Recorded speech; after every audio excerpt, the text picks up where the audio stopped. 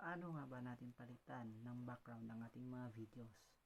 Para po malaman, panoorin po natin ang video nito.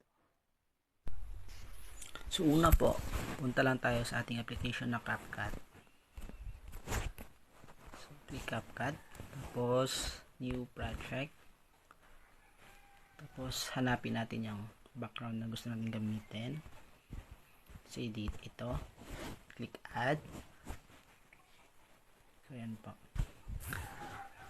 May background natin.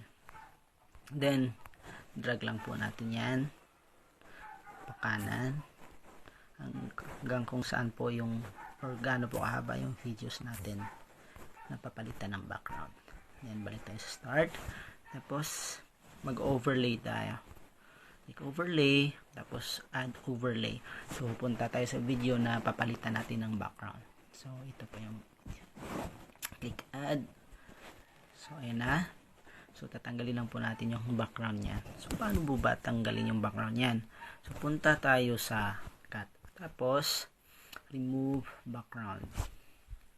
So kung napansin po ninyo, nawala po yung background natin. Then to adjust, i-zoom in, zoom out lang po natin yung picture. Tapos ilagay lang po natin sa kung saan natin ito gusto ilagay. So ayan po.